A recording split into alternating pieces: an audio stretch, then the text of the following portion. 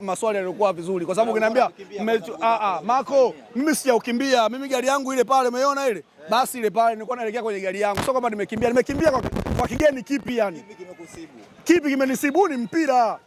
Huu ni mpira. Mpira una matokeo matatu. Nimepata katika matatu nimepata moja, nimefungwa, nimekubali. Alafu lakini umeanza kuzoea sasa sita hapa msimu uliopita. Hakuna cha kuzoea bwana Marco. Sawa, huu ni mpira. Maanisha ukiingia kwenye mfumo kama vibaya utafungwa hata zaidi ya hizo sita. Sawa, leo Yanga wametubuni, tumefungwa, tumekubali. Lakini ukisema kwamba tumeingia kwenye nani tumefungwa sita, ni vipi? Hao ni mambo ya kawaida. Hao ni mambo ya kawaida kwa sababu hata wao wenyewe wanapokujaga Isamuyo wanakujaga wakiwa wametulia. Kwa hiyo kila mtu na nyumbani kwake. Leo tumekuja huku tumefungwa za kutosha na sisi wanakuja uwanjani kwetu. Wewe unamjua mwenyewe Marco kuja kule kwamba muda mrefu hujaifunga Yanga hata goli moja. Muda mrefu, unajua mpira ni mchezo ambao wa wazi. Sawa, ukiwa na mapungufu utafungwa. Sawa, utafungwa. Sasa mimi kama timu yangu ninavyoamini, alafu msisahau kwamba mimi sina mchezaji wa nje. Sawa, mimi najivunia timu yangu. Sawa, huyo Yanga mwenyewe kunifunga hizo 4 ni papatu tu. Sawa, umeona mimi timu yangu nimesajili sasa hivi karibu, unaona muunganiko bado.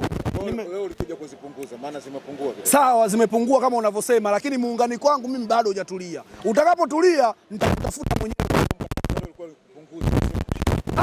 Mkakati wangu ulikuwa ni kushinda, ila anachokwambia kwamba mpira una matokeo matatu. Unashinda 4. Sasa nimeingia kwenye mfumo, nimefungwa, lakini na mimi nakwambia kwamba kila mtu ana nyumbani kwake. Leo wamenifunga nyumbani kwao, wakakuja nyumbani kwangu. Nimeingia kwenye mfumo, nimefungwa, nimekubali. Sio kwamba nilikuwa nawakimbia kama Marco anauliza. Mimi sasa sikukimbia. Mimi najivunia timu yangu, siku nawaambia.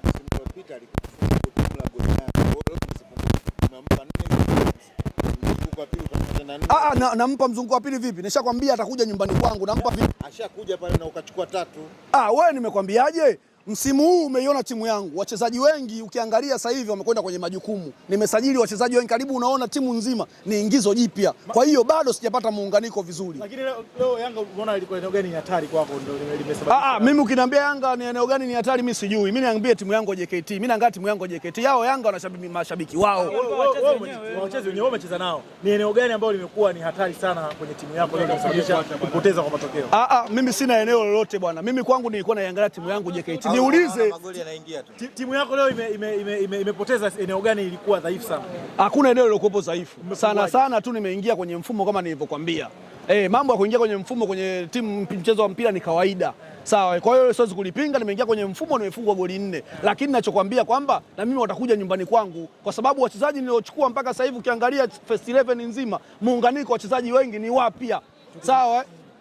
Tukizungumzia mfumo ni mpana. Sawa. Kuna positions nyingi ambazo wachezaji wanacheza. Eneo wewe timu yako umeiangalia, umegoma kusifia Yanga sehemu gani walikuwa bora. Haya, timu yako umeiona. Eneo gani ambapo timu yako walikuwa dhaifu imesababisha sasa kupata kwa eneo langu leo ilikuwepo kwenye safu ya ufungaji.